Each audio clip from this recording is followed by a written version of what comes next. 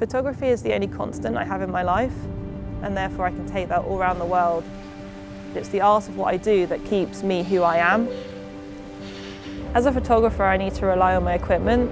I just want to focus on being in the moment, getting that moment, and taking that home. I love travel. When you've been exposed to these far-fetched destinations and different cultures, it opens your mind up.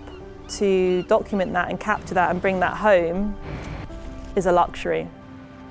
Having the right equipment is everything. I need something compact, lightweight, something I can condense in my backpack and reach for very easily. The payoff of putting myself into far-flung destinations is that moment that comes rarely, but I do get with that one-to-one interaction with wildlife. There's a silence that surrounds you. If you have that energy and you give that stillness, if you give that unthreatening presence, they will give you that shot. I like to gain knowledge and understand a person. So when I take a portrait, I'm already analysing them before I've even said hello. I'm looking at the movements, the way they present themselves, where their smile comes into place, how they carry themselves. Using a zoom lens was very new to me because I really haven't done for some while. So working with the R6 and the 70-200 f4, it felt right. The lens felt intuitive. For me, the 70-200 f4 is a great lens to use if you're wanting to build stories. And that's what I love so much about this lens. You can pull it back to 70 and get that beautiful portrait, or you can, get back out to 200 and get that more cinematic look as if you would on a prime. So it really gave me a whole array of shots I wouldn't necessarily have got before.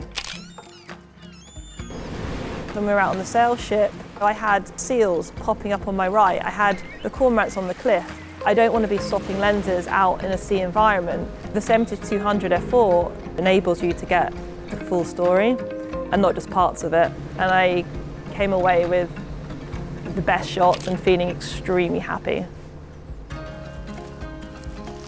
When I was hiking to try and find the otters, there was some slight drizzle and light cloud. It was drizzling for a couple of hours, and no, it didn't stop me from shooting at all. It was like it was never even there. It's easy to keep pushing through and challenging shots and challenging weather conditions and keeping focus on getting the shot. Being presented with an f4 was going to challenge me slightly, in not really the style of shooting is my go-to. I don't know what happened, but it didn't feel like an f4. Working with this lens and working with this aperture, it didn't compromise my shots. Working in low light conditions, it didn't compromise my shots. The cinematic feel to the lens was absolutely beautiful. So the f4 with the 70-200, that's a marriage. That combination works for me perfectly. I actually saw an otter sort of swimming just closer to shore than usual.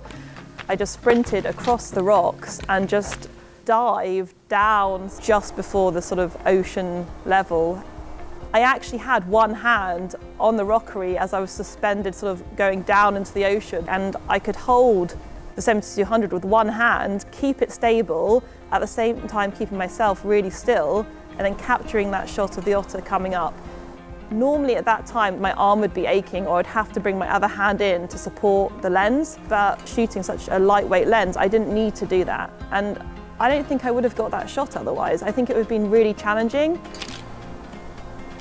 The 70-200 f4 has provided me with an array of shooting opportunities. The spontaneous moments that present themselves are normally the gold shots, are normally those moments which are so candid and unexpected. They're the ones I come home with.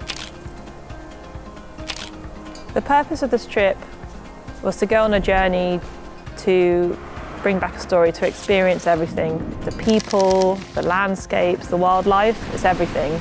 And the lens enabled me to do that. And leaving's a little sad, but there will be another adventure.